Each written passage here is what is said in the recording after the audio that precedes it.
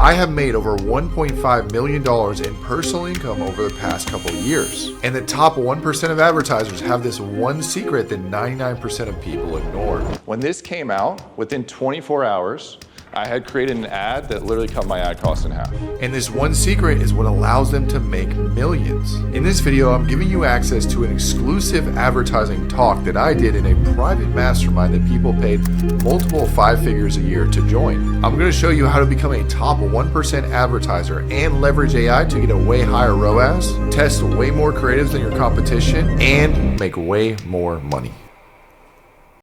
All right, guys, so I want to start off with one very important point when it comes to artificial intelligence and AI. AI is not going to replace your company.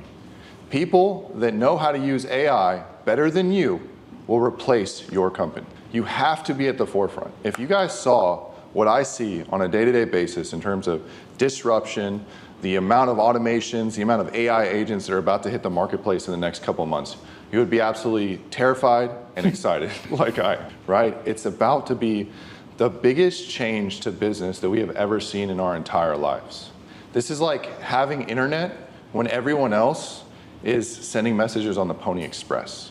This is like having a rocket ship to Mars when other people are cavemen trying to light a fire with a rock. This is about to be the craziest next couple of months and years that we have ever seen in our entire lives. So no pressure, but you need to learn about AI. So there's a couple key components when it comes to AI. The first thing that I want to talk about, and probably number one, is going to be strategy. So when it comes to strategy, basically you want to think of it in one key thing, right? You'll see a lot of AI automations come out in the marketplace. You'll see a lot of Zapier N8N automations that look nice and fancy and look pretty cool. But here's the thing, you don't need to automate an AI your toast in the morning. You don't need to over AI for using the sake of AI.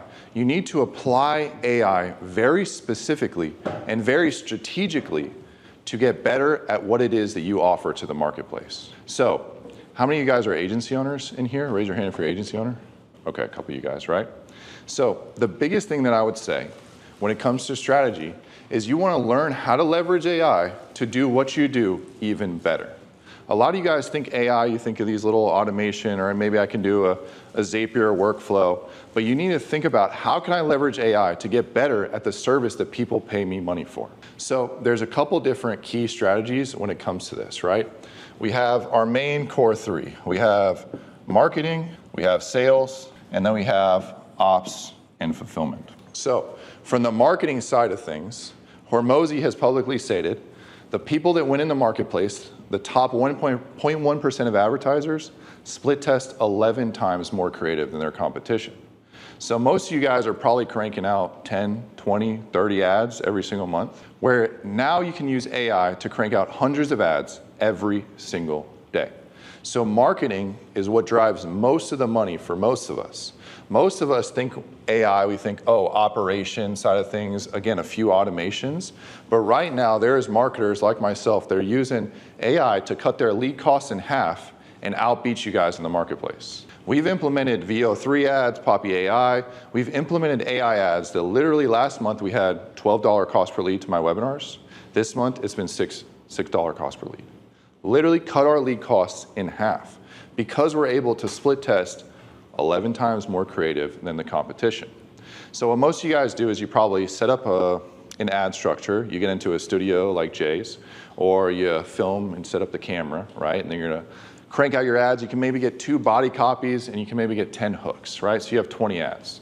Versus if I take those 20 ads or those 2 body copies and I have VO3 make me 100 different hooks, now I have 200 ads. So you see how it multiplies significantly faster when it comes to AI, right? So I'll get into some tools and implementations, but I want you to think AI and strategies relative to your marketing, right? Marketing is going to be probably the most important part for 99% of this room. So right now we're split testing 11 times more creative with AI. We're also using it to drive results. I mean, you've seen Brian has talked about the use of AI in marketing when you can take your sales calls, transcribe them.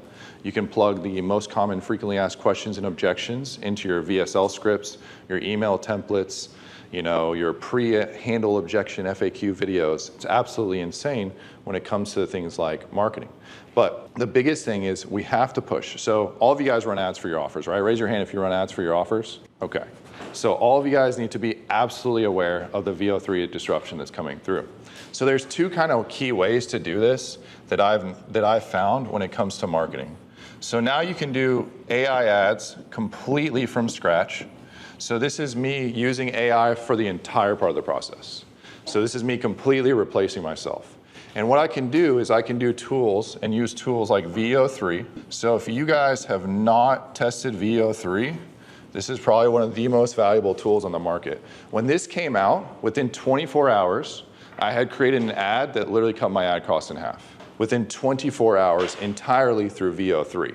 So if you guys don't know what VO3 is, this is Google's new video and voice generator. Before, we didn't have a functionality where one software could produce a high quality video and an audio connected to that video in one. So I'll show you guys some examples maybe later on, but I can literally have Bigfoot in the forest. If you guys have seen those Yeti vlogging videos, right? Those are super popular.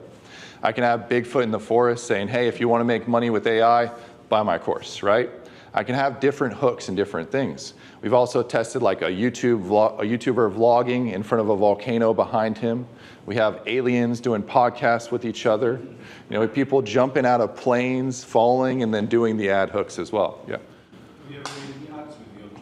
All of my ads right now have some kind of VO3 component, just to prove a point.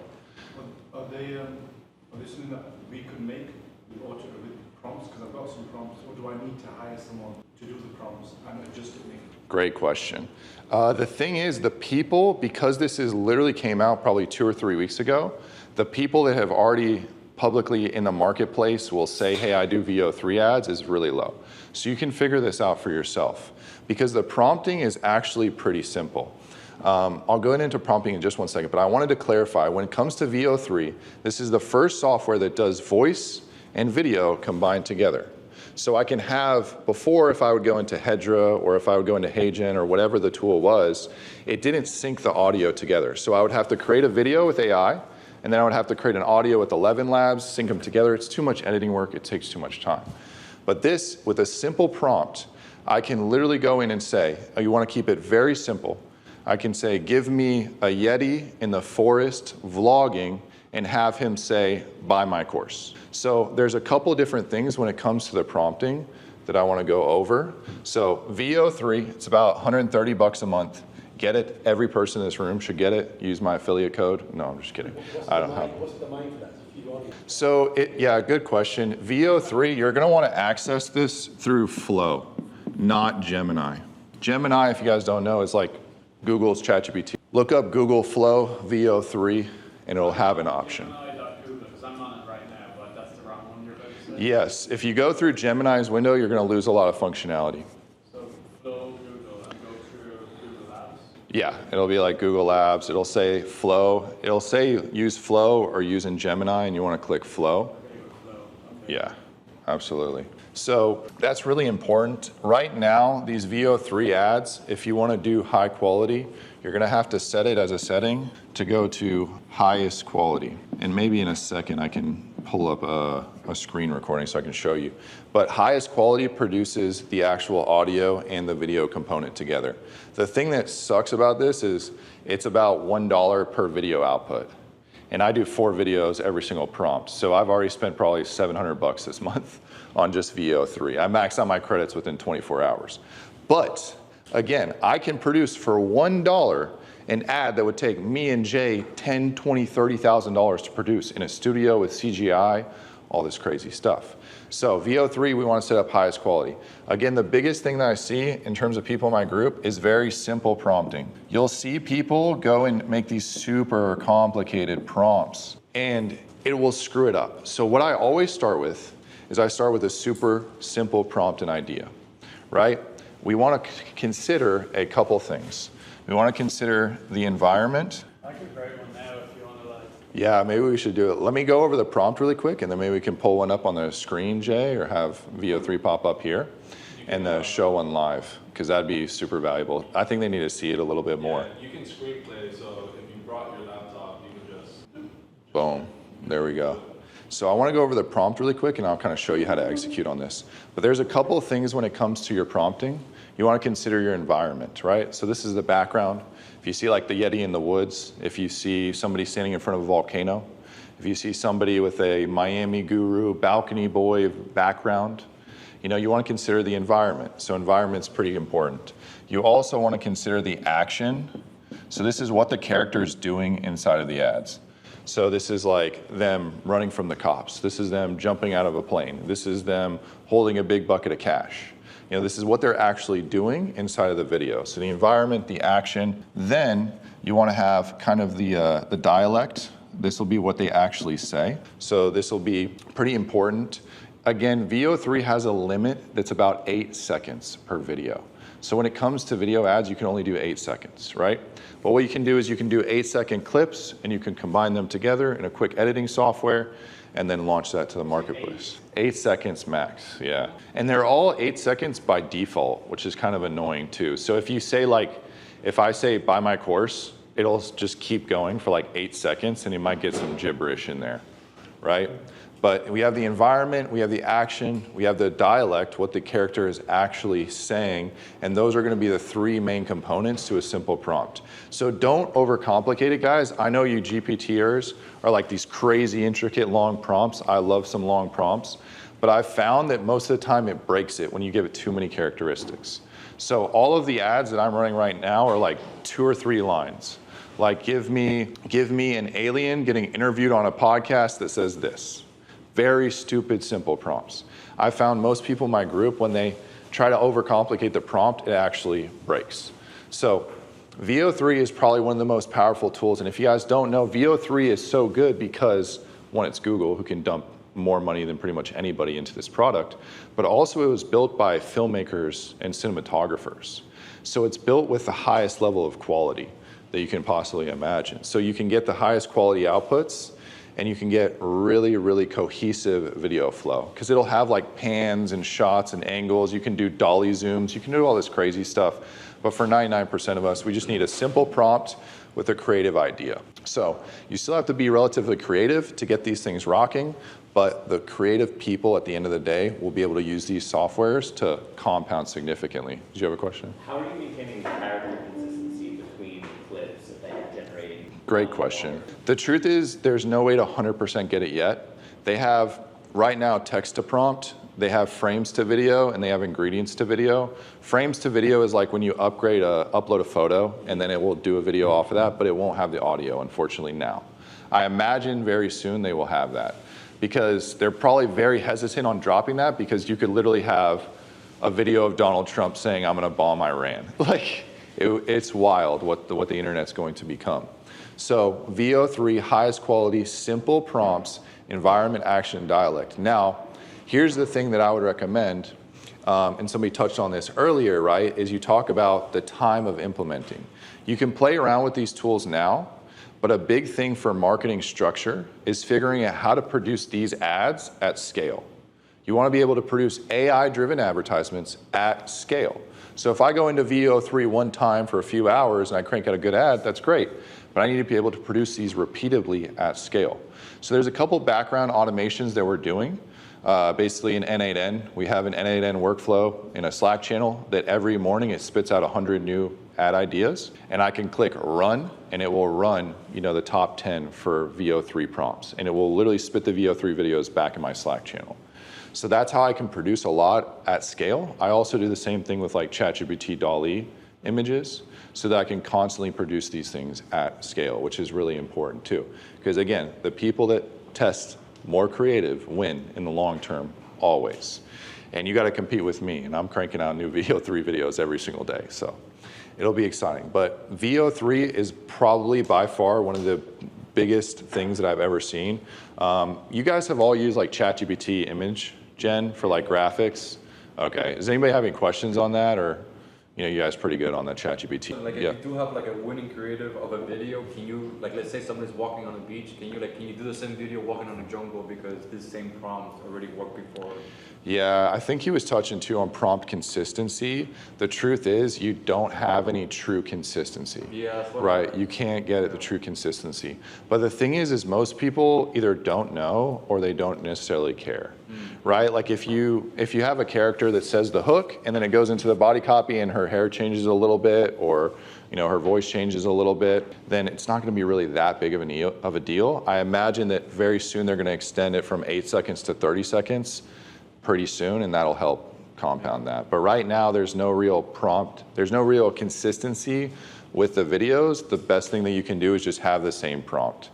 So I will have the same prompt, I will run it, I'll run 4 video outputs every time I run that prompt, and then I will keep rerunning it. So if I get a simple prompt to work, I'll keep running it and reiterate it like 10, 12 times until I get the version that I like, and then I will run that. So very, very powerful stuff when it comes to VO3. But these have absolutely dropped my lead cost in half when it comes to the advertising side of things. Jay, what's the easiest way for us to hook up the laptop to this screen so I can show you guys some examples? Because I think this one you guys need to really see to see what I'm talking Did it about. bring lead cost down, but did it also bring down like cost per book call or cost to acquire? What's it like? Yeah, because I mean, I don't care if we're paying for more leads as long as, those metrics are. Yeah, which is It also brings down cost per call and cost to acquire. Which is a great question, right? Because here's the thing, AI and Meta ads are taking over. As you guys know, as advertisers, Meta is aggressively pushing for Advantage Plus everything. Yeah. They want our algorithm to just essentially go in and find the audience, right? Yeah. So what's the last piece of the puzzle that we can actually control? The creative, right? So having the most creative at volume will always win. The person with the best creative is gonna win right now, hands down. So that's why you have to split test at volume like we're doing at scale to be able to constantly drive those results down. But yeah, it's the person that's testing at scale. Sure. Why VO3 over Runway or XTL Studio? Good question. It's just easier to use for most people. Like with Runway and some of those other projects, there's more prompting. I have to play around with it a little bit more. I have to configure the settings. I need quick and easy outputs, right? Because again, AI is supposed to make our lives easier, not more complicated. And VO3, 90% of the time, I can put in a stupid simple prompt and I can get an ad that bangs in like 5 seconds. Like it's insane. Are you having a higher hit rate when the character is like more fantastical, like you're saying Bigfoot, aliens and stuff like that? Like, does it disarm the viewer because it's like AI, they know it's fake? Yeah. It's a fake character as well. Great question. I mean, for my offer in particular, I'm selling an AI coaching program, so they love it, right? And I literally will go through the hook and I will say, that ad wasn't real, it was AI. But it is real, the $84,000 I made last month selling AI ads like that to businesses, right? So you can go through it pretty quick. But the thing too is even still, I don't care if you're in a legal niche, if you're in bookkeeping. I know a bookkeeper here in Miami, he's using VO3 ads, wiping out his competition. You think bookkeepers are using VO3 ads? No. But if you're the one person per industry that can implement, you're absolutely crushing. Hey, I know that guy. You guys follow this guy before? Like a 1 minute video. So you stagger scenes and you stagger the clips together, right? So the first thing is just gonna be the hook, right? I want the character to say X, Y, Z. And then the next thing is like the scene, right? Then it's going to be consistent background and stuff. It's not gonna be consistent yet. So the thing is that most of the time people don't care, but also I think you're thinking consistency because you're still in a mindset of previous ads where we had to film ads in one location. Now we don't have to do that. I can have Bigfoot do the hook, I can have a hot girl in a bikini do the body copy, and I can have Michael Jackson do the CTA at the end, right? It's absolutely pretty insane. Kind of reminds me of like when you look at and study Mr. Beast, how he's always trying to change the frame and scene every 4 seconds to keep the user engaged. Like if you watch any of his vlogs or any of his videos, it's just the most hypnotizing sort of video there is because it just changes everything every 4 seconds. So it kind of works in your favor. Yeah, absolutely. So when we go to VO3, guys, this is what I was talking about. You want to go try and flow. Show them your 2 ones you. Oh, yeah. Would you mind Go full screen. a little? Absolutely. You guys see the sauce. So you guys can see some of these you know, some of these ads that I've created, and it's absolutely insane too. So you're the guy posting all this content. Right? So here's an example. Miami. Give me a video of a Miami Guru course seller You were not lying. in his apartment, and that's pretty freaking good. Yeah, that looks pretty good. If you want to get rich with AI, Oh. like me, attend my free webinar. So you guys can see there's some consistency issues, so this is why I reiterate, right? I reiterate multiple times. When you guys use VO3, you can have a setting, there's outputs per prompt, so this will mean how many videos I get every time I run this prompt. I set it to 4 because I'm really aggressive. Keep in mind it's $1 per video when you run this. I did the math. And then you want to make absolutely sure, this is probably the most important thing, that when you see the model segment right here, it is set to VO3 quality. This fast is just, it's garbage. This VO3 quality is what you want. This is what produces the quality videos. And then 90% of the time, you can see my prompts are stupid simple. You don't have to in front of the camera anymore. Right. So, you know, we have the Miami Balcony Boy. This one absolutely crushes for us right now. It says I have to upgrade, then there's no plans available. Revolution! What's that? So when I go to click the quality one, it says I need to like upgrade. I go Yeah. to upgrade, and it says there's no plans available. I wonder, I think there is some restrictions to it being only available to people in US/North America. That could be the reason. But yeah, you want to have the ultra setting. It costs about $130 a month. Play around with the settings and make sure you can get that. Is this your business? Do you make AI ads as well? Yeah, predominantly. I mean, we make some of these ads like this for clients. You know, of course, me at scale, I run them quickly for my own offers. So I've been testing it because this software came out 2-3 weeks ago. Like 2-3 weeks ago. So I'm testing and reiterating it, and now at scale. So we're testing this out for some dentists and some of our chiropractors. Crushes. You think any... Yeah, you know what's crazy? Yeah. I'm sorry. You know what's crazy actually? 3 other calls I was having today was actually interviewing guys who actually specialize in this to basically do it for our company. Yeah, exactly. Which... We just officially just signed an agreement today. Cancel it and give it to me. Cancel, give it to Nathan. Yeah, which is crazy. If you do offer, I have like 6 or 7 scripts I can just give you. Well, for you, maybe we can exchange some feedback here and there. I need some help with the sales team for sure. But let's check out with, here's a couple other examples. You signed up for the Google Beta Labs like 6 months ago. I'm wondering if that's No. why he doesn't have access. Google sent me a beta request and I joined the labs. I don't know that everybody can join the labs. I don't know. I didn't have the beta. I didn't even use Gemini before VO3 came out. VO3 dropped and I was instantly on it. Because VO3's been out more than 2 weeks. But Yeah. there was a beta version of it and now maybe it's going public. Yeah, now it's public. I'm pretty sure anybody can get it because I haven't had any issues with people that I referred to. But check out some other examples here, guys. We have... This is all because I didn't join the AI revolution and get rich with AI. So you have a guy getting literally chased by drones. Again, stupid, simple prompts. We got some good ones. The guys... Yeah, can you show one of the chiropractor or dentist ones? Yeah, absolutely. We have, let me check through. Simple prompts. All stupid, simple prompt. If you can't get it from a simple prompt, it's not going to work. If I don't make $10,000 a month selling AI to businesses, I'm gonna jump in this active volcano. That one crushes. Crushes. You got aliens on a podcast? Sorry, how did you get so many schmeckles? Well, I sell AI like this to businesses. It's like just, again, creative. Click on the beginning of another video, so they watch this and then switch to the video. You've seen Cole's new AI ads. They just launched something they're performing 7 times better than their current ads. So someone similar to what we do is just absolutely smashing it with the ads. And the rumor is that these ads will now be the trend for the next few months. Everyone will catch on, become resistant, they will go back to personal branding ads. Yeah, that's a great point. But it's marketers, you know, the best marketers or good marketers will follow trends. The great marketers set the trends. And right now you got to be on top of these. Because the same thing that happened with ChatGPT DALL-E ads, right? When those dropped, I had, you know, Simpsons ads coming out of like a roofer holding a sign that said pay per roof, but it's a Simpsons roofer. Those got absolutely rinsed in the marketplace when I dropped those too. So it had a big spike where it's that creative component. People haven't seen it before. It's interesting. And then it drops off. So that new and novelty feeling is super important. I'll show you guys a couple more examples really quick here. We'll give you $100,000 right now to quit your job and sell AI strategies.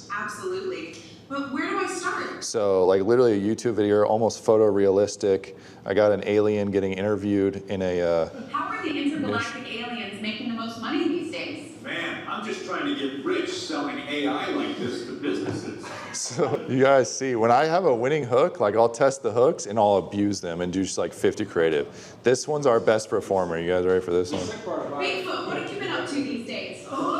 Man, I'm just trying to get rich selling AI like this to businesses. Like just, again, very like crazy, like almost like unrealistic scenarios, but allows you to produce. Because think about, to produce that ad, I would have to get a newscaster, I would have to get a videographer, I would have to go to a forest, I would have to get a guy in a Bigfoot costume or CGI to do all that.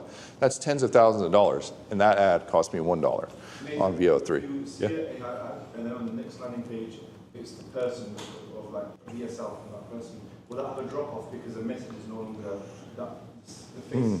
It's not going to grow. Great question. Yeah. So I'll show you two examples here when it comes to the ad side of things, right? Is I'm kind of doing two different ads when it comes to this. I'm either doing like full AI ads that still convert really well, or I'll do ads that have like an AI component in the beginning and then they switch to a video edited version as well too. But you can see all my best performing hooks. This one's crazy realistic. I do have to show you this one really fast. What do you do for a living? How much do you make last month? I sell AI to businesses and made 20, I was sped up. What do you do for a living and how much did you make last month? I sell AI to businesses and made $23,000 last month. Like crazy, the photorealism on some of these ads. So right now, like some of our best performers, I had these ones re-edited, but essentially what I'll do is I'll have like the VO3 clip in the beginning. Bigfoot, what have you been up to these days? Man, I'm just trying to get rich selling AI like this to businesses. That wasn't real, it was AI. And then it cuts to me talking. The $84,278 that I made last month selling AI like that to businesses. You see the people that are going to make millions. So you can kind of see what I'm going for here is it allows me to produce a lot of ad creative. I'm really focused, as you guys know as marketers, 90% of it is the hook. 90% of it is the hook. Once I get a winning body copy, I just beat it to death with different hook variations at scale. So now I can do different variations as we go through here. Yeah. Do you feed your base into it? And Not yet. Very soon they will have that capability because right now in VO3 they have some functionality where it's like yes and no, because they have frames to video, which means I can upload like a picture of myself here and it can make a video, but it's not going to have audio. So it's going to get better. I imagine this frames to video. Yeah, you can do a voiceover, but then the lips might not match up. So there's some things to consider there. They're in the early stages. Was long get there. I have a US number that I can confirm on Gmail account. Oh yeah, that stinks, man. Wait, what's the reason why? It's US only. It's US only, so I need a US number. Even with the VPN? Get a V. It's a phone number. 530 520 Sorry, start again. 530 520 9289. If anybody wants to hack his account, now's the time. Oh, he just dropped his number. Also for your clients too, I can kind of show you guys some feedback. So for our clients, what we're doing is we're doing like crazy stuff. So we've got a dentist, for example. We're at Bigfoot in a chair getting some dental work done.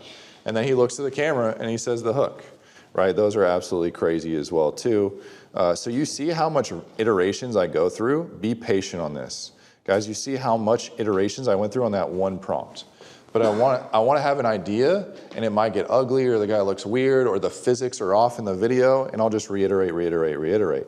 I had a dentist in a clown costume. The dental practices not using this AI are about to become as irrelevant as the yellow pages.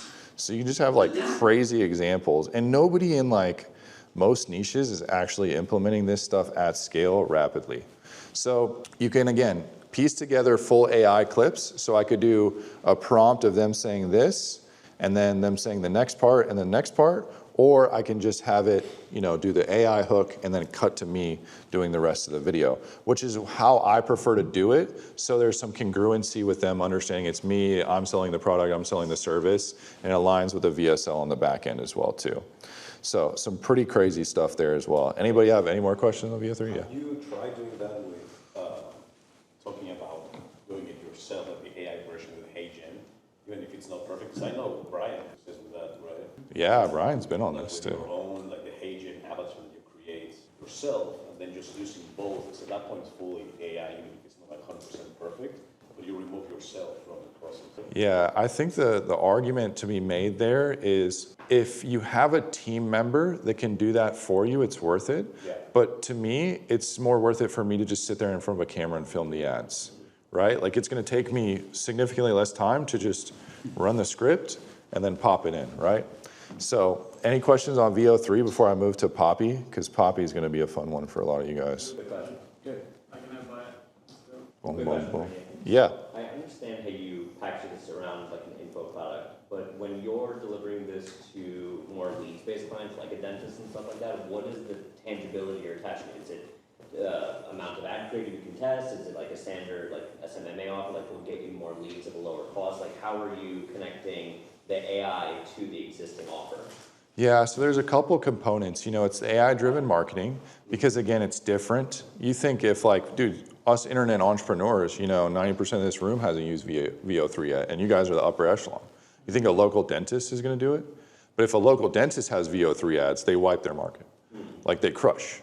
Because, it's different. It's something that nobody has seen in the local market. Because for years, we did, like, TikTok AI videos where we just have B-roll clips and then it would have captions and a TikTok voiceover.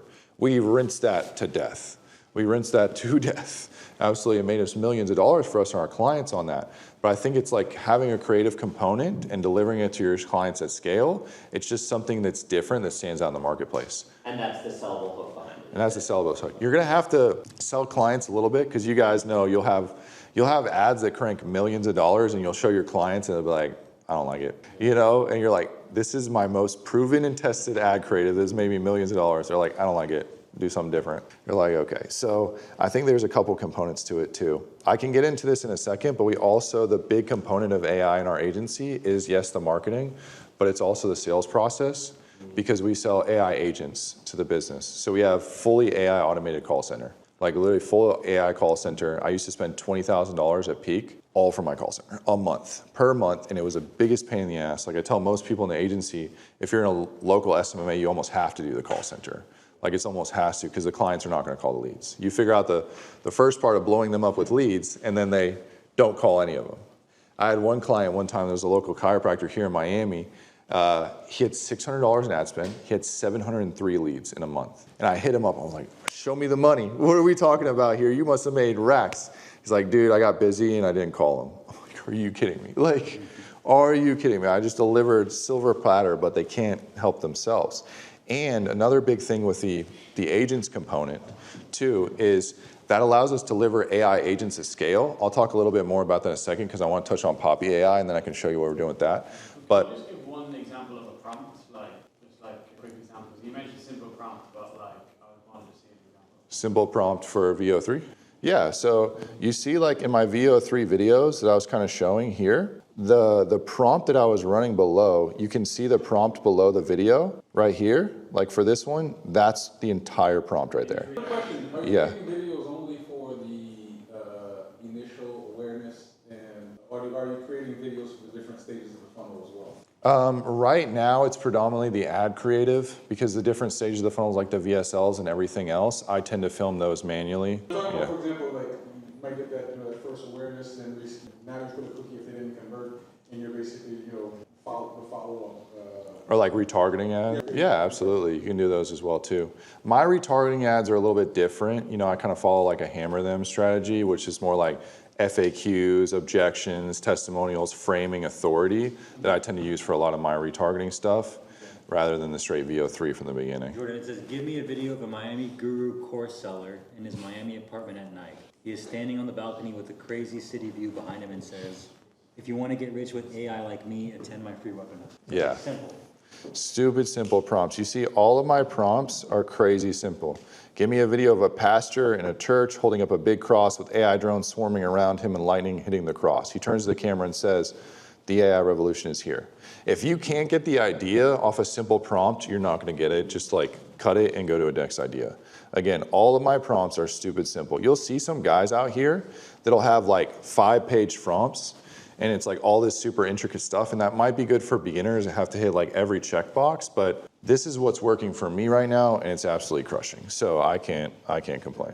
For the Miami douchebag, I would have said, dressed up in Gucci from head to toe with a gold chain, all that other type of extra stuff. Yeah, absolutely, absolutely. Because again, you want the shock value. You want the shock value, you want that creative component. Because again, you guys are competing with ads with the most viral content that has ever existed. You're competing with car crashes. You're competing with OnlyFans models on Instagram. Do you know how good you have to be to capture that attention at scale? You have to be able to do stuff like this. You have to, without a doubt. So. And you're, sorry. Yeah. You're running all of this either in 16:9. You're running these as pre-roll, or you're finding success on vertical platforms? We run them all horizontally. It's simply no other reason than it's just easy. So you saw in the ads, I filmed them horizontally just so that I could edit the ad really quick or have my editor edit really quick and cohesively connect them two together. So you can have like a little bit of captions on top of the ad and then a little bit of captions below. I don't think it really makes that much of a difference. I haven't seen that much of a difference. I mean, it's dropped my lead cost significantly. But you're pushing it across YouTube and Meta, and TikTok, I guess what I'm saying. So, or just YouTube pre-roll? Just Facebook predominantly. Just Facebook ads for B2B is pretty much all we run. Oh, it's for B2B? Yeah, for B2B and... Yeah, because that's what I was saying, because like for us, like my CTR was double or triple, but the quality was way worse because it was like very interactive, but I guess our type of clients were like, That's a great question, because I've seen this before with people that did like, you remember the viral hook memes where they would do like, Hormozy even did it, where there was like a horse falling out of a truck and then it would cut to Hormozy. And like the person on like the stretcher. Yeah, exactly. At first it was working and then it just got worse. So I did those like a couple years ago, but you have exactly what you're saying, where if you have really viral content, it applies to everybody. Yeah. So what you can do to stop that is when we run B2B ads for dentists, we have the call out in the VO3. So in my dental ads, it says dentists right from the start. And it's also a more specifically designed dental ad, like it shows Bigfoot in a dental's office. It shows a dentist with clown outfit on, right? So you can solve that by having the call outs, because if I say, do you wear glasses and you attended Brian's Mastermind in Miami, you're gonna stop and watch that ad, right? And if you didn't, then you're gonna keep scrolling. So having that call out is still really important, and that's how you fix quality as well too. I also think if you framed it for you, Javi, in your guys' business, you kind of leverage, it's like what Nathan's doing with agency owners, but you're targeting credit and funding companies and showing them that that's the new way to crank out ads to scale their credit and funding company business, right? So you have to play to what's in it for them. So you're still gonna call them out, but it's like, this is how you can scale your business with AI. Yeah, I get you. Yeah, like kind of the angle changes a little bit. Yeah, absolutely. The ad then becomes the offer in a way. Yeah. Like this is what you're not using, that's why your business can't scale. You click the link, watch the VSL, I'll show you how to do this. Last question. Yeah. No, yeah. Are you mainly targeting people with this who have run ads in the past and haven't seen success, or people who have never run ads before? Or both, just out of curiosity? Interesting. I mean, it's a balance between biz op versus beginners and established people. I usually prefer to work with established people at the end of the day, but again, that's more of like your addressable market and who you want to target. I think you can absolutely clarify them with clear call outs and focus on who you want to do. If you want to call out people that have run ads before, or if you want to call out people that haven't run any ads and want to get on this opportunity, you absolutely can. I think everybody's kind of saying, but yeah, it won't work for me. Yes, he's specifically targeting AI people B2B, but how do we leverage this? If you were to pay a company to make those videos, it would cost you hundreds and hundreds and hundreds of dollars. Yeah. How do we take this and apply it to whatever our niche is? How do we make that call out for our specific? Exactly. And I think that the biggest thing is, what we're missing is, don't just get rid of the message. Right? Like that's always been like the most important part. Just keep that. It just lets you pump up so much many variations and make it easier. But if you don't focus on your messaging like you always do, like pre-qualification, if it's a business, if it's whoever, like it doesn't matter. It's not going to work, right? But if you have the messaging right, and then you can multiply this by how many more times. I think that's the whole thing. The whole point. Because right now, again, with Facebook going Advantage plus everything, the algorithm figuring it out, it's the people that have the best creative woman right now, without a doubt. And you can use VO3, but the reason why I can do a simple prompt and crush is because I have that creative component. You still have to be creative, like, which is where you can leverage things like Poppy AI and other tools to force that creativity. So if you guys have some more questions on VO3, let me know. I can ask them privately, but I have so much to show you, and I want to show you guys Poppy AI as well. Yeah.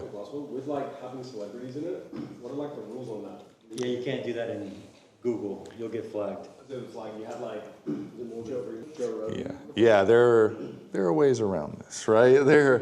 So if you go into the prompt and you say, give me a video of Mark Zuckerberg doing XYZ, it's not going to run it. But if you say, give me a video of a social media tech CEO saying this, then you can get around these things. Because I have blatantly copyright infringed multiple times, right? But you know how it goes in Facebook ads. When you run them, if it runs, right? And I honestly haven't had any issues with my ads getting disapproved or anything like that. With YouTube, there's a new policy. It's like impersonation, and they took one of our clients down, ads accounts down for a month. But it's because his name was the same as a famous celebrity. So like even just the name in general, using it in the ad, they also flag it. So I would just avoid using anybody else. If you don't make the videos, Google's making it, and you're not calling them out. It looks like Joe Rogan, looks like Joe Rogan. But I know what you're after, because you want to leverage like the Tom Aspinall thing, right? Yeah. You got you can put split screen next to you and have him be on the Diary of the CEO podcast. Yeah. And you can basically almost frame it like a testimonial. Because you're not impersonating him. Yeah, so for example, like I just reacted to him saying, like, I used to go to this now, but it's like... That would be compliant, you would be fine. But is that like, if I was to use AI, like would I to say something else, is that then... What else would you say? Like, I don't know, if it's made more into like an ad and he's like saying something else. What did you say? The only way it would make it worse is if you make Tom Aspinall say you're the best hypnosis in the world. Obviously that's like not going to run. Yeah, I've seen those Joe Rogan ads get rinsed. For e-commerce products right now, they're having like, Joe Rogan, I take this supplement. I saw Patrick Bet David one. Yeah. He actually called him out publicly on Twitter and Instagram. Yeah, we don't want to do that. But it's like, if you get like a meme-ified version of it, it can go through. But again, do it at your own risk. What's popping? Yeah, quick question, because I think I saw someone else do it, basically what gave us the idea, is the angle we're going with our version of it is we're planning to do like a comedy action. Yeah. And we're planning to use an AI, we call it Deadpool voice. Okay. That's the question, but I'm obviously saying that it's Deadpool, or obviously saying that it's Ryan, that it's Ryan Reynolds. Is there such a thing as sound-like? Oh yeah, absolutely. Sound-like You can build your own 11 Labs voice clones. Because like HeyGen, every like Vappy, SynthFlow, all of the videos. Is there the risk of the account being flagged? We're not saying anything Deadpool, not saying anything Ryan Gosling. But I'm pretty sure it'll sound just like it, but without saying, hey, it's Deadpool. You're saying, hey, this is Ryan. I think right now Dude, it's fine, but it's only going to get worse to where that's going to be a big issue with lawsuits in the future. But like right now, you'll probably be able to get it. It's the Wild West. It's the Wild West. I did that with Andrew's Tate voice to run ads and no issues. So far, but... Ain't nobody trying to protect it. Yeah. They just create one, but it has no sound. Yeah, so check your settings really quick. I guarantee you what it is you got to make sure that it's set right here. You see the settings tab? You have to make sure the model says VEO3 quality, because this will include the audio. If you run it fast, it won't. Okay, I went 2 quality, so 3 quality, okay, and then run it again. Yeah, 3 quality and then run again. Homework assignment, pull out your laptop, and 4 ads for 4 ads for Ryan for the mastermind as well too. Okay guys, I want to cover Poppy AI because there's 2 ideas. Like Poppy is what I use for idea creation, scripting, and a lot of this other stuff. And VO3 is what I use as like the actual implementations. But how many of you guys, raise your hand if you've heard of Poppy before this? Okay. This is absolutely insane. I'm a little biased because I know the co-founders, they're great guys. They're at $25 million plus evaluation in almost like a year and a half. It's absolutely insane because it's a really good product. So what Poppy AI does is it essentially is like Miro board plus your favorite LLM. So what I can do here, this is my Instagram Shorts bored. So what I did is I took my story video, I took some of my Instagram reels, so it can understand my story, it can understand my exact tonality and how I word and script things. I gave it my full offer breakdown, and I wanted to rip a Rob the Bank style video, so I implemented Rob the Bank's reels, and then quick voice recording, and then I ran it and I said, all right, now make me a couple hooks based off of my tonality with this angle in Rob the Bank format. So this is how you can copy anyone legally and ethically. Yeah? You made those reels there? Yeah, absolutely. Pretty much just to prove a point. Can you play any? I just want to see how this. Well, these are like, this is for scripts, and then I film the videos with that script. It's not live. Yeah, because what you can do is you can plug these scripts into VO3 or other AI tools and do it, but this is for like me filming shorts if I want to do scripts. Yeah. I want to see the show. I want to see how this. Oh yeah, yeah. Show them the video. The video input, right? Yeah, because I wanted to see from the script and the Rob the Bank style.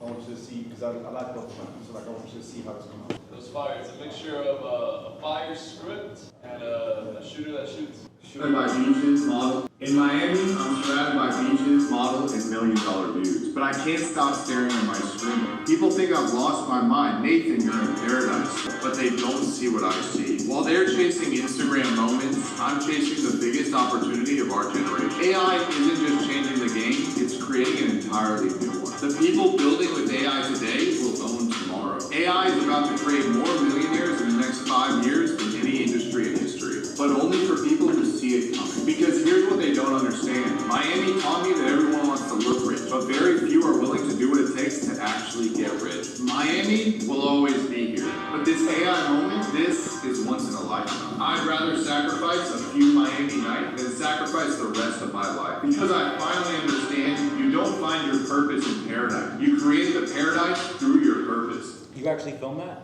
In Miami? Yeah. I feel like that could be AI too. It's probably a good time to tell you I'm not real this whole time. I'm also AI. I'm also AI. You have a course for all this, right? Hey. How much is Yeah. How much my program we can talk? Yeah. Bro, there was like 80 people in there, and like midway, he's like, AI is so great. I'm gonna tell you guys, I'm not even real. This whole thing is fake. And he's like, nah, I'm just playing. Yeah. Who was someone, wasn't someone on the weekly mastermind call the other weekend? There's a webinar that was fully produced by AI that made like $2 million. Ooh. It was only AI. I think you were the one telling me about it. No, but we were on that call, it was like 2 or 3 weeks ago. Yeah, fully AI webinar that made like $2 million. It's a website close here. It's called ASOS. Do you use it in the US? So in the UK, it's like a really popular website for clothing. And, ASOS? Yeah, I've heard of the brand. So I spoke to the marketing person recently, and they said eventually they're not going to use humans anymore because if they sponsor human micro-influencers or nano-influencers, they might do something wrong, they might have bad publicity, or they might post errors when they make the story. They said AI will never get it wrong. They'll never give us bad publicity. They'll never make an error in the script. So why would we hire humans? Like a Logan Paul type of like Japan forest type thing. Like Yeah, they don't have to worry about that because so they brand are safe. risk of hiring influencers because they can't control the damage their brand. So it's almost like we need to create an AI personal brand and start blowing that up instead. There is AI. That's what I'm saying. I know, of course there is. Yeah. I also want to make an argument to that point because I know that AI is copyright compliant and it's nice and it's ethical, but here's the thing. AI is trained on humans, and humans are innately very flawed. We have wars, greed, all this crazy stuff. So it's trained on human data, and humans are very flawed. So the AI data is trained on flawed humans, right? So it's something that's interesting that we're gonna see. And actually, like Elon Musk is now with Grok AI, he's basically trying to rewrite human history in the correct way. I don't know if you guys have seen that, but he's going to use Grok to rewrite human history to get solid facts and then retrain the AI onto that. What do you mean by rewrite human history? Well, who writes history?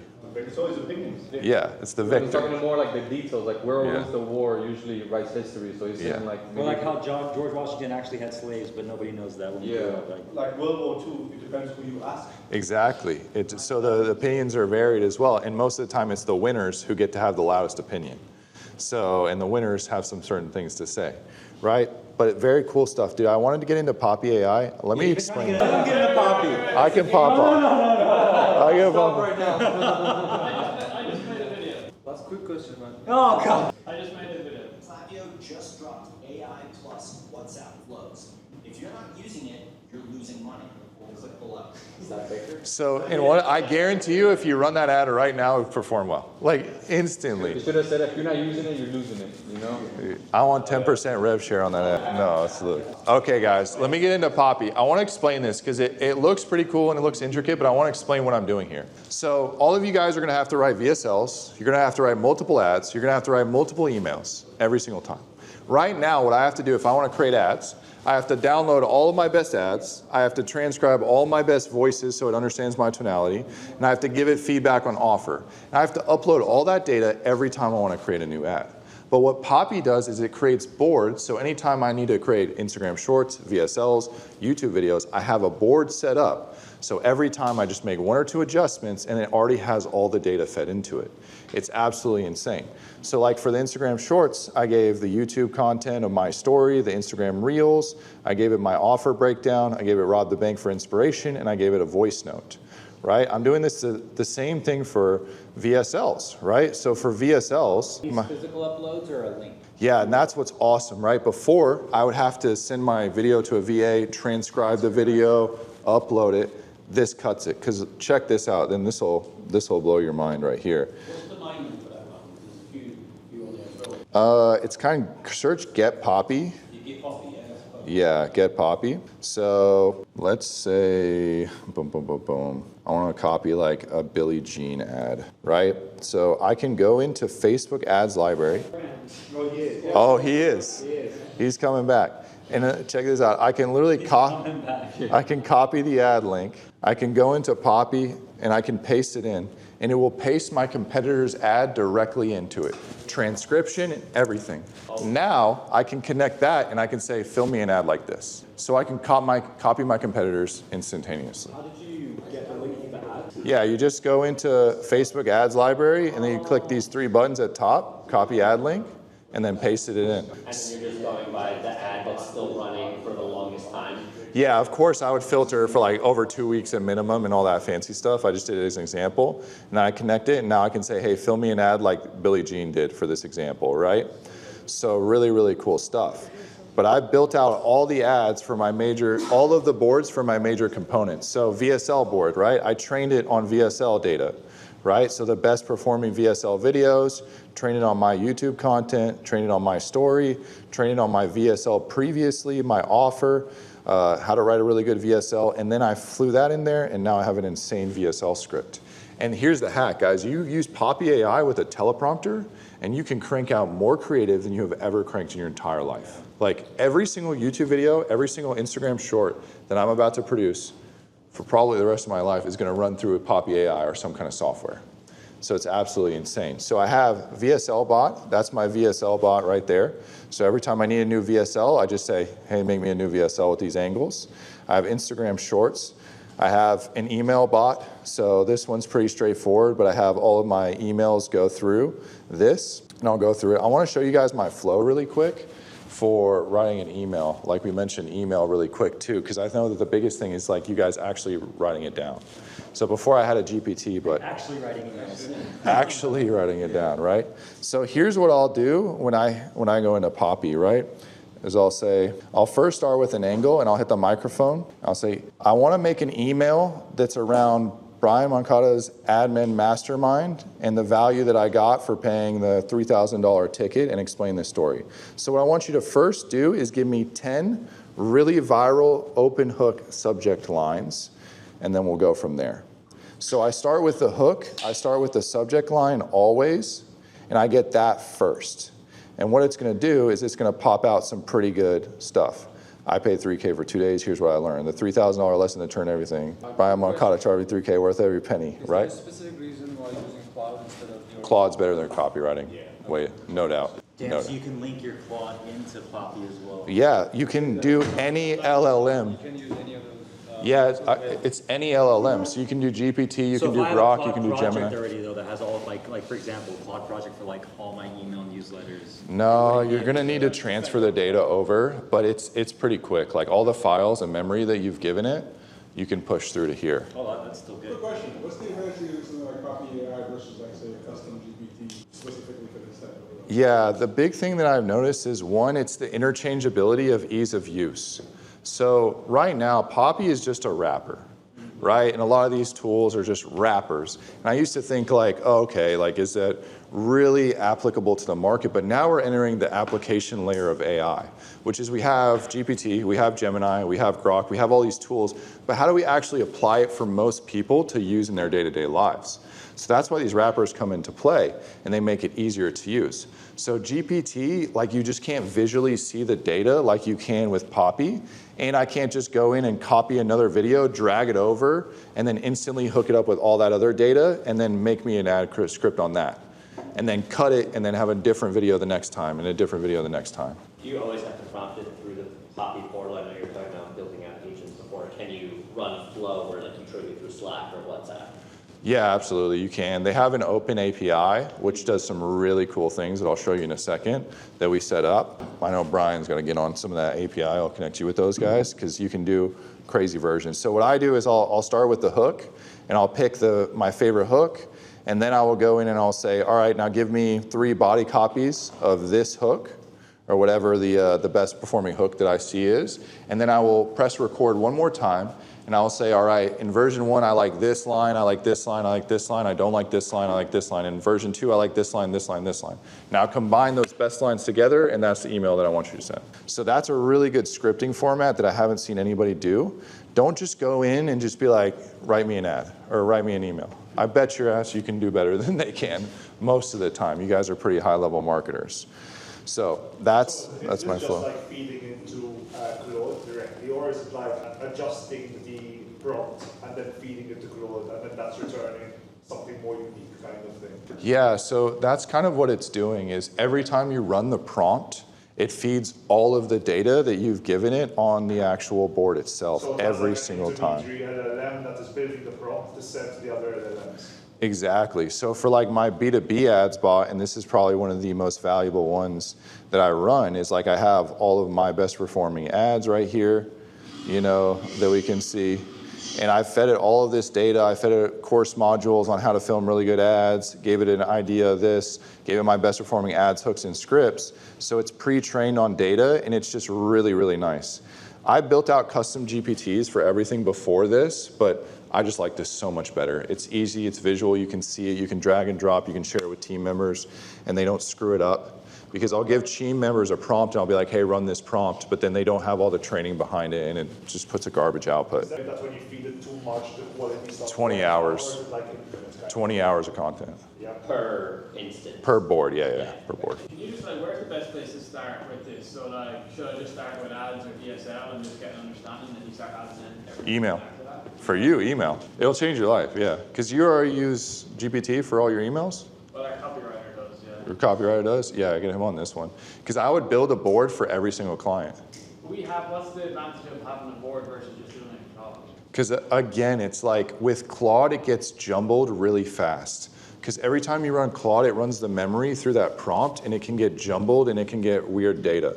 But every time it reruns this the same way every single time, which means it takes the same data every single time and it runs a fresh response, which is really nice, and you can control the video feed better.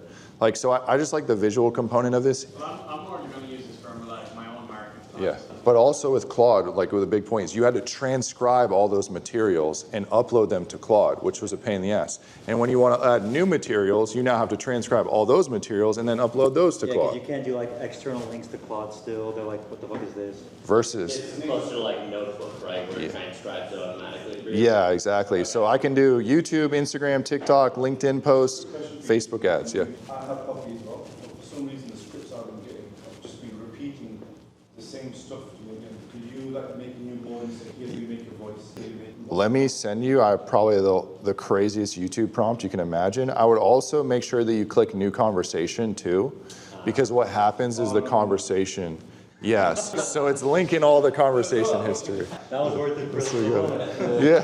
I can go home now, right? Yeah. Absolutely. Thank you. That's the whole point. So, you know, you said you made GPTs before for it. Do you know, like, can you give this to somebody, like, say, can you give it to a client, make a version of this to give to a template for a client to help them with based off of language.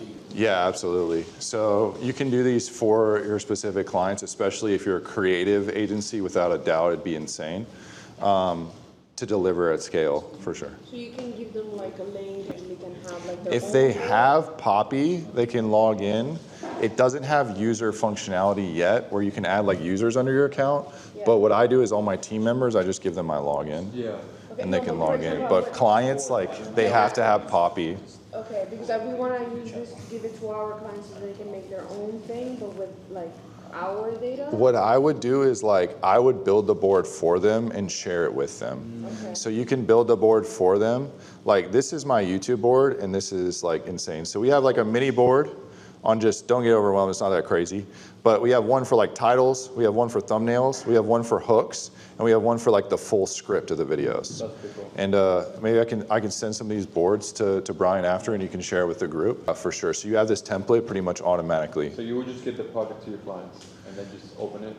Yeah, if you want to do it like that too, but it depends how much of the process you control. If you're doing all the ads and the emails too, I would just use it internally and just handle the whole process. Well, my offer is that we teach them how to do this stuff, like Oh, how to yeah. run the business. Yeah. So it would be like, They're oh, gonna you're love it. struggling with BSLs and running your own copy, use this software. Which is super easy too, because you can also like, you can open API this, and like what Brian does with his automations is where when they fill out the onboarding form, they get a VSL, they get a ad scripts, they get hooks, etc. You can do that with Poppy AI. So now it's like automates that entire process, which is really cool. The last thing I want to show you with Poppy AI that you can do that's absolutely nuts is we just launched Nathan AI. So basically inside of Poppy, you can build an AI version of yourself really fast. I have not seen any software be able to this fast output a service. So I fed it my ads, fed it my YouTube content, fed it my, my course modules. So now I have this nice little chat window that I can go to and I can talk to people. I can talk to myself 24/7 or people in my group can talk to me 24/7. So if you're going like info products coaching, if you're coaching your clients, insane value out of this one too.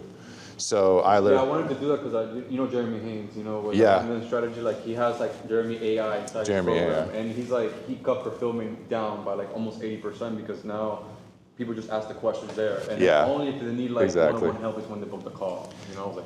Which is absolutely insane, because I don't know about you, Brian, but like I get the same questions on every Q&A call over and over and over. The way the CSMs answer it isn't the way you would answer it. Yeah. You just got to realize you just got to feed AI with it. And it's really good. Like I asked it, like, how do I film ads like you? It knows all my sauce. Like it was like, all right, speed up your ads 1.3x speed or 1.2, 1.3x speed. A hook strategy, spend most of the time on the hooks. Make sure there's a good visual hook. Make sure you're calling out your ideal audience so you get good quality. Make sure it's under 60 seconds. Speed up the ad again. It's giving away all my heat, dude. Like it's crazy. How are you using this? Like, is it like you can talk to yourself and get ideas, or you're giving it to your clients? It's for the group. It's for the coaching program. Discord, right? No, school. School, okay. Yeah. Wait, no, but where do they talk to the AI in school? Yeah. They have this link. So they go to this link, it looks exactly like this, and then they talk to it. Yeah, you have to find it somewhere. You can't embed it, right? Like, Yeah. Maybe not yet. You can, like, I will show you, like, right now, and this is so crazy how insane AI is. I built a custom software with no code. In literally 2 hours, I built this entire software. So I'm dropping this for the people in my group where we can go through and they can have access to all these bots in a cohesive place, right? So now here's the Nathan AI and they can talk to it, and it's a custom coded. This took me 2 hours max to build out no code. And then now we have an ads bot. So they can text this for ad hooks, ad creative, ad scripts. The AI itself doesn't get overwhelmed with too much info. Yeah. To be putting everything into one cloud and Yeah, and it just creates that user interface because we're adding the agency in a box automation, which is kind of a version of Brian's where I can deliver, like when they sign up for my program, it's like, here's 100 ad hooks, here's your scripts, here's your sales scripts, your VSL scripts, your everything that you need instantaneously, which is insane for info. Like that's insane for info. That's what we've been trying to. So this is lovable? Yeah, this is Lovable. There's Lovable and Cursor. There are no-code tools. I will say you're still going to need a developer at scale probably to integrate all the back-end stuff and make the functionality components. Because again, like I want to show you guys some AI tools, but I want to tell you some big points of feedback, right? is if you go into N8N and like you want to build out all these crazy automations, you're like, again, you need to focus on the strategy. So we have the strategy, we understand, all right, this is how I use it to leverage better results for the product that I give to the world. But now we want to say like, okay, now how do I actually start implementing this? I have an idea of the strategy, I know how to strategize. Now how do I start implementing this stuff? And that is going to be very important, where you're going to need probably somebody to integrate this for you. Like I will go in and I'll do N8N automations all day long, and I'll build out the craziest stuff. Like we're building out the agency in a box automation where literally it will trigger when they fill out the ClickUp form and onboard, it's going to trigger a series of, you know, those tasks. It'll look something like this. This is N8N. But here's again, I don't want to get you overcomplicated, because here's the thing. You guys are probably not going to make money by building this out. You're going to understand the strategy.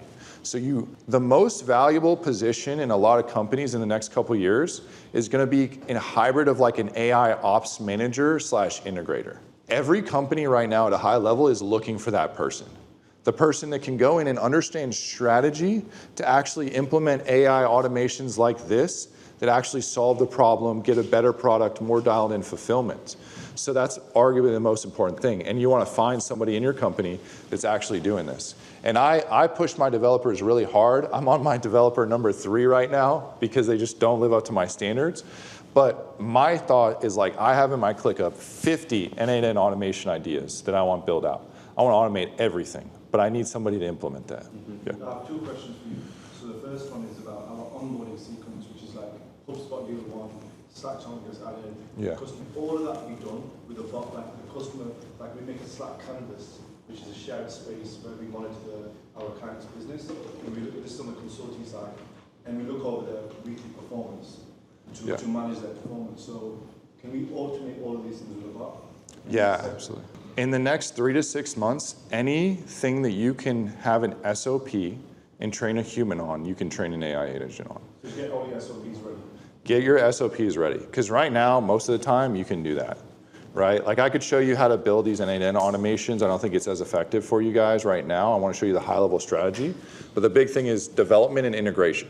Right? You want to come up with the ideas. Okay, I need an N8N automation that every time I get an email, it goes into Slack, it gives an automated response for that email, and then I just click a button and it sends it out, right? And you need somebody to integrate that. And the next thing is that, so we manage our office specifically on Facebook ads, it's all around your sales team reducing CAC, improving performance, improving set of performance.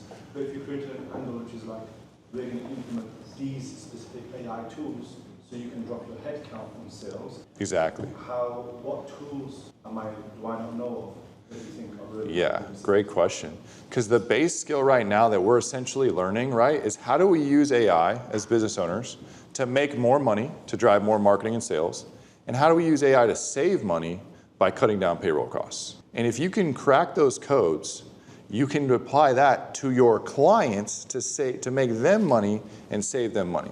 Because before I would be like, hey, I'll charge you $2K a month for Facebook ads. But now I can be like, hey, I'm going to charge you $2K a month for Facebook ads. I'm going to replace your front desk with an AI bot, and that AI is going to handle your Google calls, your website calls, your Instagram, your Facebook calls. It'll run a reactivation right when you sign up with us. We'll send a voice blast to 10,000 leads instantaneously all at once. Absolutely insane.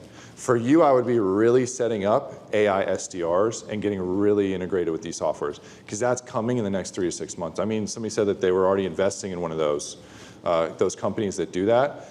Get on that, because that's going to be very, very important very soon. And then even the sales manager, I think that'd be a key. Yeah, do you have that? Yeah, I can show them that. Do you have that set up yet? The AI sales manager that reviews all your calls? Is that links to your CRM, reviews everything? We do the Fathom one, and we've got prompts where we can review sales. Yeah, like after the Fathom transcript, it goes in through a bot. So when customers have sales calls, we go into the trackers, we review them. So what we're doing at the moment is we review 5 of their sales calls per week for every client. 3 of them are done by AI, 2 of them are done manually by a person. And then they usually have like a difference in the result. Oh, bro, you should do every single call automatically after the call. So what we do is it takes the Fathom transcript and then it runs it through a GPT. I'll pull it up. I'll show you a simple version in Zapier in 2 seconds. But I found that it doesn't give feedback based upon the emotion and like a specific tonality. It's just like words. So you can't really give a rep feedback based upon like, hey man, I noticed like you could have said this a bit different. You could have paused a bit longer here. That's a prompting issue. Your prompt isn't as dialed. Tell it that. Tell GPT exactly what you want. Say, implement your prompt into GPT and say, hey, this prompt's pretty good, but it limits implementing tonality, implementing certain aspects of the conversation, like, hey, you could say this better. What do you next battle with NIN? I'll show you how to, I have a way more complicated version of this, but that's probably way more than you guys need. I'll show you how to implement this in 5 minutes. Do you think, is it possible to put, like, one of our biggest time constraints is taking emails and uploading them to Klaviyo, but they have to be like sliced and then uploaded? Would you be able to do that with? Yeah, absolutely. Again, anything that a human being can do in the next 3 to 6 months is going to be automated with AI. It's probably able to do right now. Like I bet you could do that right now. I could sit there in N8N and figure it out for you, but it's insane. So if you guys take sales calls, if you're taking sales calls or your team does it, I was telling you guys I hate sales management, but this is huge. So it takes a new Fathom transcript. It will filter it to make sure that it's actually the right meeting, and then it will create a conversation with GPT, right? So it essentially says, you're a world-class sales strategist, copywriter, and sales trainer who has closed thousands of high-ticket deals. Here's what I need from you, like a summary, a call structure breakdown, score the call, strengths, weaknesses, fixes, bonus, and everything as well too. So, and then it will upload the transcript and it will spit out a response to the Slack channel. And it's actually pretty good. So after your sales reps, they might think that they screwed up and they didn't handle this objection, but it's really this objection that didn't get the sales process going forward.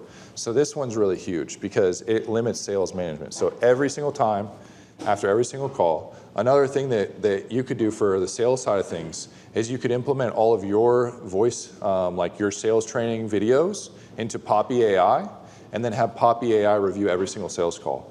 On automation? On automation for all of your clients instantaneously right after the call is done. So you would put Poppy AI before ChatGPT or in between? Yeah, you can just replace this with ChatGPT with Poppy AI. What's it mean, like, make an N8N? So N8N is like essentially agents, because agents have a little bit more memory flow to them. Because with N8N, you can have these little tool components. So it's basically like more memory. So you can give it specific feedback on each of your agents. I'll make it simple. I now do it just to overbuild and to pre-build a lot of the stuff that I know is going to be AI integrated in the future. But most of the time, like if it's something stupid simple, like when a new lead comes in, send a Slack message. Just use Zapier or Make. But if you're building out an AI component, like an AI agent, use N8N. Hey Nathan, do you know if you can use custom GPTs with like this stuff? Like you have the Phantom and then it goes to a custom GPT? Yeah, so you can go to Playground. Like again, what we can do is you can go to Playground on OpenAI and you can build an assistant that will run through this. So the simple version that I did was essentially saying like, take the transcript, run it through GPT. But now what I can do is I can build an assistant in GPT, which I have one that responds to all my clients' messages in Slack, but I also have the sales bot. So the sales bot is where I fed some files. So what I can do is it has a vector database, it has files, and then it essentially has all of the files of my like transcripts and call recordings and everything. I call this like my Hormozy bot and Jeremy Miner bot because I took all of Jeremy Miner's sales training, all of Cole Gordon's sales training, and all of Alex Hormozy's sales training. And I uploaded it to this bot. So it's like I have Hormozy, Miner, Gordon, sales manager 24/7. Absolutely insane. And then it spits back the responses too. So you can train it better that way. That's like the more fancy way that I would do this.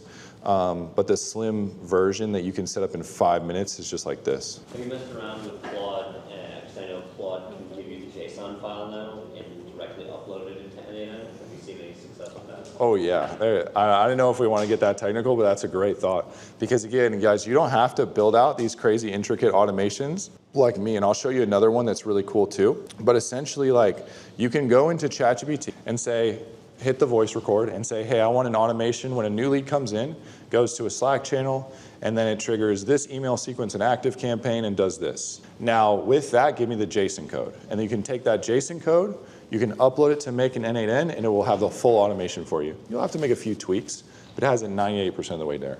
It's absolutely insane. Memory and stuff like that, right? Yeah, absolutely. And then there's another one that's pretty cool that you can do that's like N8N chat. So if you guys are using N8N, get this, it's N8N chat, it's a free Chrome extension. And what you can do is you can text to prompt pretty much anything.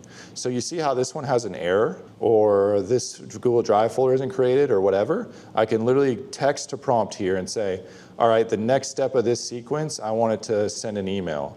Or for the next step of this prompt, I want it to trigger a Slack message. And it will literally make the Slack message live in N8N for you. Like, absolutely insane. This one saves me so much time. But again, 90% of you, just get a developer that implements this for you. Because that is going to be the most valuable position in a lot of companies. The person that can AI-focused operations go into businesses and make them money by implementing AI and save them money by implementing AI. Are you paying for like this person right now? I'm sure you're getting them overseas and getting them blocked. Dude, it's a quality issue as well too, because there's like a developer who can do the N8N automations, and then there's like an ops manager.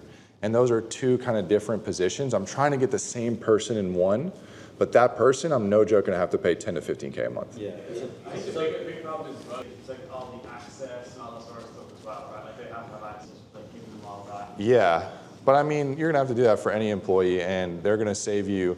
Again, you basically with them, you only have to do it once, rather than training new employees every single time you hire them. Because I had an executive assistant quit about 3 weeks ago, and I was thinking to myself, she just had personal reasons, a breakup, whatever. I was thinking to myself, do I hire a new executive assistant, or just for the sake of it, do I try to automate every single thing that she was doing with AI? And I'm about 80% of the way done of automating her entire job.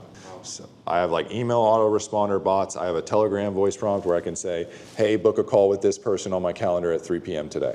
And it automatically does it. There's so much crazy stuff that we can do with AI. It's insane. So you said you've been through 3 developers so far. Where are you looking for developers? What's your criteria? If you're not got a developer mind, what is the criteria? Yeah, it's a good point, because a lot of these AI guys sound good on because I've been putting ads out, I spoke to a lot of them. Yeah, and I think somebody said in terms of limiting beliefs, like you don't know what you don't know. Yeah. And it's hard to quantify these positions, but you really got to go on the interview and you do a couple things with them.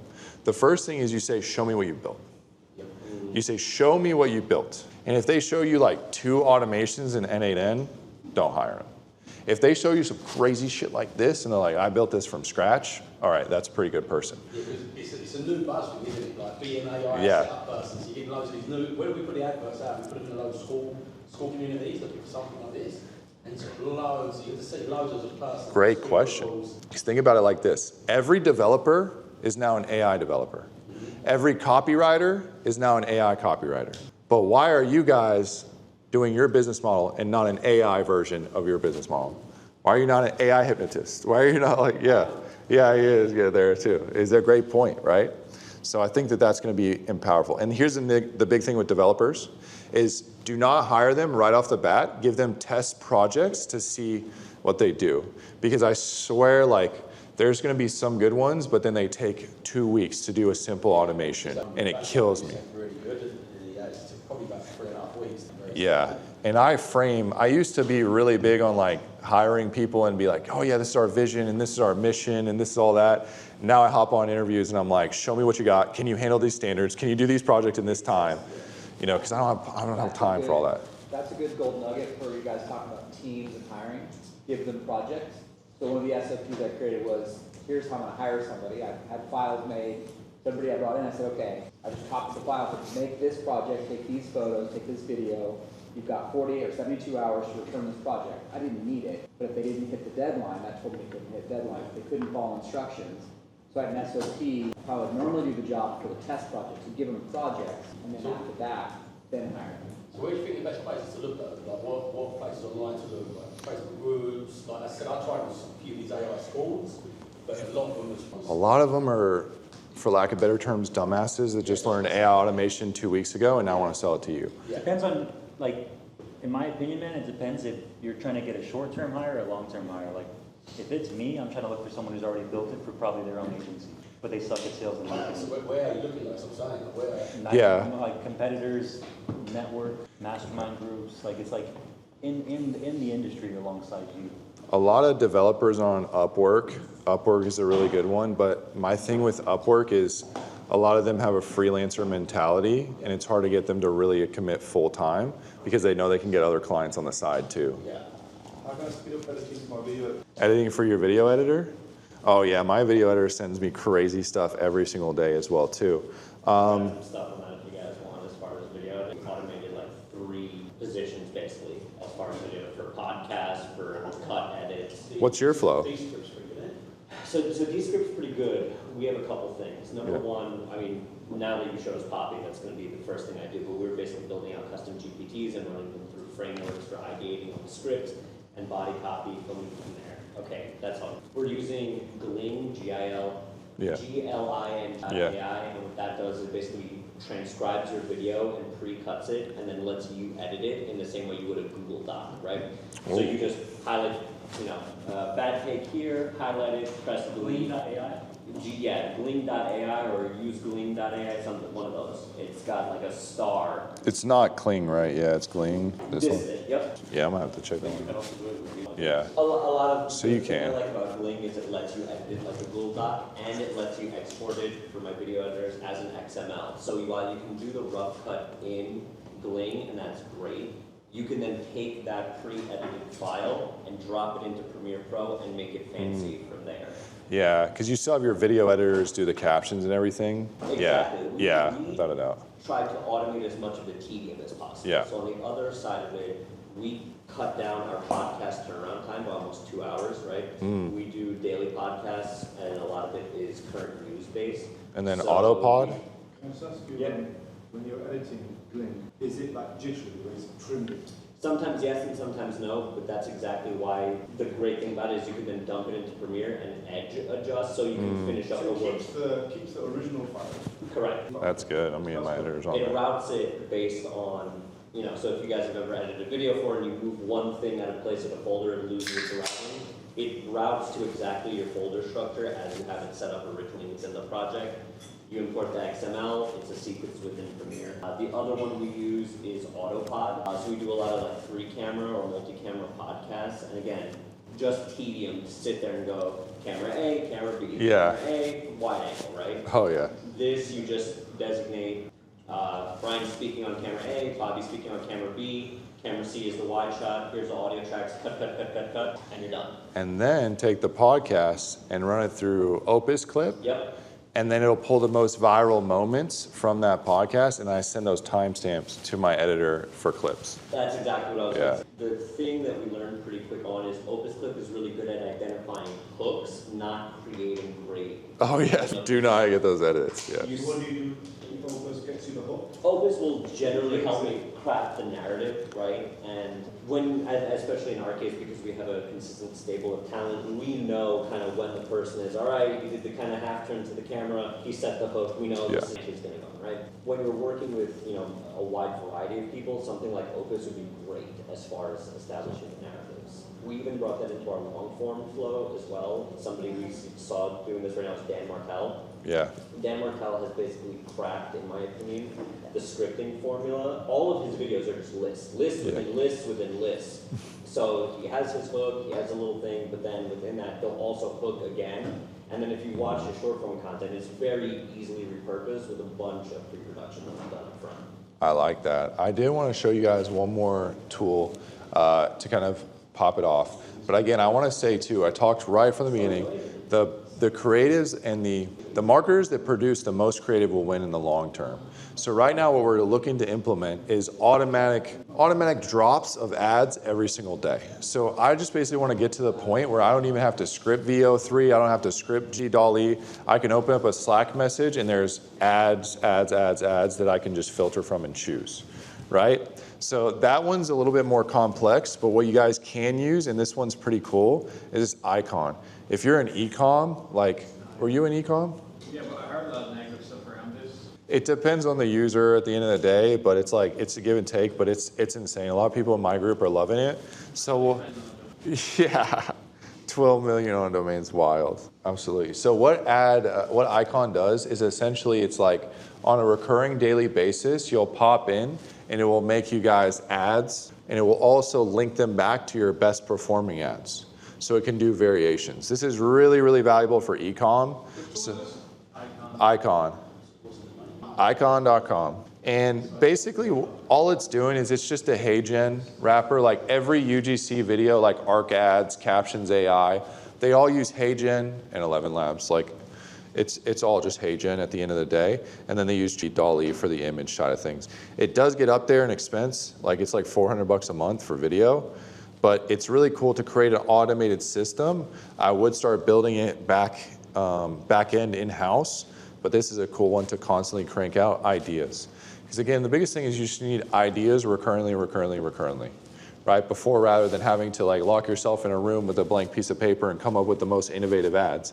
I've done that a couple times for ads that have generated millions, but it's hard to do that every single day at scale. So you're using this for, because I don't really know exactly how it works, so you're using this to school different ideas? So yeah, what it essentially will do is it will link to your best performing ads in the library. And then it will create different versions of those ads from you. So you can either manually upload those or it syncs to Facebook on the back end. Can you kind of remove the curtain and explain, so large language model, you have your connectors like Zapier and NA, and then you're saying there's the front end wrappers. You just put HeyGen as, so what are the steps and what is what? So some things are wrappers and seem to be a large language model. Like what? Yeah, I think that'll be pretty cool for me to like map out for you guys. I'll give you guys the tool list right here and we can go through this one. So LLMs, dude, number one right now, ChatGPT.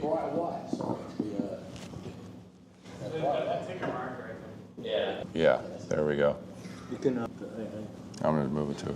So LLMs, you have GPT is number one. Based off of daily active users, the amount they're updating, without a doubt. Number two, I'm really leaning in to Gemini. I'm gonna give Gemini number two because is Chat VO3. GPT just a name for it, or is Chat the wrapper for GPT? No, wrappers on wrappers and wrappers. No, it's ChatGPT is the base LLM. Wrappers are like a software that basically shows you visually while ChatGPT works in the background. Yeah. I just hear ChatGPT and GPT. Is that just an abbreviation? Chat's just the domain? It's the same thing. He just called it GPT. Yeah. So LLM right now, ChatGPT, Gemini, the third one is Claude. Claude for copy and creative, right? But in terms of video, I'll kind of rank them too. Right now, video, VO3 is number one. VO3 is absolutely number one. And it's like a very high number one that's making it very, very obvious. So what is VO3? Is that, it's not an LLM, but it's not a wrapper. So what is it an LLM? So Gemini is the LLM from Google, and VO3 uses Gemini.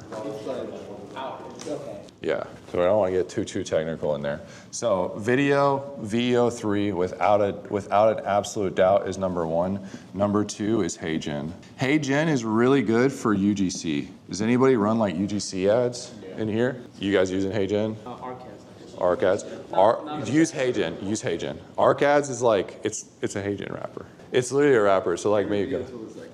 Yeah, Captions AI, HeyGen wrapper. Submagic, HeyGen wrapper. Right, so HeyGen is the base for UGC. So this is like your vertical video, influencer style videos. These are getting absolutely insane. So VO3 an application built on a large language model that then has a wrapper. I thought HeyGen was a brand. It's not. It's a wrapper. They're all wrap. Everything that's not an LLM is basically a wrapper of an LLM. So HeyGen's a wrapper of GPT, and then somebody else wrapped HeyGen. Yeah, HeyGen is GPT plus 11 Labs for audio. That answers. Yeah, absolutely. So video and scripting. GPT, DALL-E, without a doubt. Yeah, in ChatGPT does it, but we always got to throw the project like on Canva and kind of rearrange it a little bit in order to work. Really? Yeah. Sometimes it looks like a little bit. Well, it's not that it doesn't look right. It's just that when I give a second prompt, I'll modify this, modify that. It does whatever. Yeah. It doesn't really follow. So it's the same thing. It's the same thing as VO3, right? Where it's like, if I can't get what I want in a very simple prompt, it's probably not going to work. right? Or I'm just gonna have to do a different angle or a different reiteration. That's right. Like I kind of like get the visual idea, you know, Yeah. like it might like 80% work, and then I just go on Canva and like kind of like remake it Yeah, myself. GPT is absolutely insane because you can pull in a direct ad from Facebook ads library, drag it into GPT, and say, hey, copy this ad, but make it my logo on the top. What did you say? DALL-E is basically just ChatGPT image. It's the image generator. Yeah, it's the image By generator. the way, if you're not getting the results that you like, try threatening the AI. Yeah. Just ChatGPT, when you go create an image, it'll use DALL-E. You don't have to like do anything. Yeah. Yeah, you're just. Yeah, those crush it. Yeah. Absolutely. Absolutely. It's insane. It's insane. All right, guys. I want to make one more point, and I want to give you one more insane AI hack that I know a lot of you guys might not be doing that'll help you guys a lot, and then we can maybe answer some questions. But I thought this would be really useful for you. So most people, when they go into ChatGPT, they say, hey, GPT, make me an image of this, or make me an email talking about this. Take one more step, and here's the major hack, if you guys don't know this one already. You hit the record button, and you say, pretend you're a prompt engineering expert. I am trying to do X. Write me the best possible prompt for this. And then you just click run prompt. You will get a 10 times better output every single time. Yeah, so I essentially say, you're a prompt engineering expert. I'm trying to do X, write me the prompt. Okay, so you ask ChatGPT the prompt that you ask. Yes, and then I just click, and then I just say run prompt, and it gets. You have to tell it to be a prompt expert, engineer expert. It's already. Very good point. Very good point. Absolutely. You can take that, right? And just take that prompt, create custom GPTs, and every time that you have it. Yeah. So that's what I do for all of my custom GPT. I don't know if this will pop back up on the screen or anything. If I pop back up, but I basically do that for my GPTs on the side, and I have a couple of them. I can just run through these really quick, and I don't have to show you guys this. But there's a couple of GPTs that I think will be really valuable for you guys as well. So there is some stuff that I still do GPT for, without a doubt. Are we going to screen share? Is Runway a rapper? Yeah, it's all rappers. If it's not an LLM, it's a rapper. Think about it like that. If it's not ChatGPT, Gemini, Grok, or Claude, it's a rapper. Grok. That's Elon. That's Elon's. What's a good software to use on rapper? So like, let's say I wanted to bot in our school community for all of our clients to be able to access a code review bot. How would I make that for them? So you build the bot in either Zapier or N8N, and there's a way in Zapier or N8N to what's called export a JSON file. It'll look like code, don't worry, it's not crazy, but you just copy that code, and then they go into their Zapier, and they click import, and they import that code, and now they have the full automation. So you can make a front end and lovable or something like that. Yeah, so Yeah. What it's talking about is making it look like your own app. I want it to look like my picture, so it looks like you know the Tony Robbins bot, it looks like you're talking to Tony. Yeah. So I want it if I just give you the visual how I want it to look. So I want all my clients to have free access to something that looks like that. So he's using GPT in 11 Labs. He probably made a custom agent in N8N or Make. You're probably gonna have to pay somebody like 10, 20 grand for that, to be honest. I mean, but right now, Poppy's getting good. Like I built my AI version of it, and they're gonna add voice very soon. So if I were you, I might wait a couple weeks. I can connect you with the founders of Poppy AI. You can build one. Oh yeah. So yeah. the first founder came on, they need help with sales. So. Dude, hook him up. I know John Mao's trying to help him a little bit. That's my way over here in Miami. But yeah, they're scaling rapidly. No, Naz and the other guys they're from all over the place. Naz is like Ukrainian, but really, really high level guys. And it's all self-funded too. They didn't take $1 of investor funds. You know how hard it is to build a software to $500K a month with 0 investors? That's insane. Like that's insane. But anyway, let me show you guys some GPTs, and then I'll answer some more questions. But I just want to run through. Health GPT, this one's really cool. So if you guys don't know, Elon Musk has a team of medical doctors that follow him around 24/7. Because imagine if Elon Musk goes down for one day. One day, what that does to Tesla market cap, that's millions of dollars. So it's valuable for them to spend on this team. I don't have millions of dollars to drop on a doctor team, right? So Health GPT, I essentially just created a prompt and I said, hey, pretend you're a team of health experts and I want you to have the #1 goal of keeping Nathan in the most optimal health possible. I upload my blood work. Anytime I go to the doctors, I record the conversation and I upload it to GPT. I upload anything that's health related, my diet, my exercise routine, I upload to this health GPT. And then it keeps a recurring impact of like all of my health issues, all my blood work over time. It's actually really, really cool too. You get AI pin, you can train and search to 100 kilos Yeah. or 200 pounds for 10 reps, and then it feeds it into it.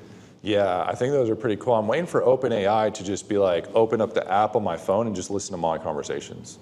Because again, that's a very good point, right? Is like my ChatGPT is really good because of the data that I'm feeding it. I fed it every Zoom call for the past 2 years. I fed it automatically every single team meeting. In my CEO GPT, I feed it automatic recordings of all these meetings. I want to give it as much of my life as possible. We are going to have no privacy in a couple months. It's going to be insane. But I know that it's going to give me more optimized results based off of that. So that's kind of what I do for the CEO GPT, and I upload all those recordings in there. So that one's good. I do have some funnel review GPTs, a finance GPT. This one's nasty. You take your P&Ls at the end of the month and you just upload them to GPT and say, give me points of like optimization or areas that I can improve profit, etc. That one's really, really cool as well too. What's that one called? So this one's finance GPT. I didn't even do a prompt in there. Yeah, this one is interesting because like you're essentially creating a new project. A project is just like a folder for your GPTs. It's not like anything too crazy. It's basically the way that I think about projects is if I'm going to run the same prompt over and over again, then I'll just create a project for it so it stores all that information. Because you can also add files and you can add instructions. I should have done that sooner because I just had too many channels. Yeah, and you try to find it. So I have like my landing page optimization GPT. I have a relationships GPT.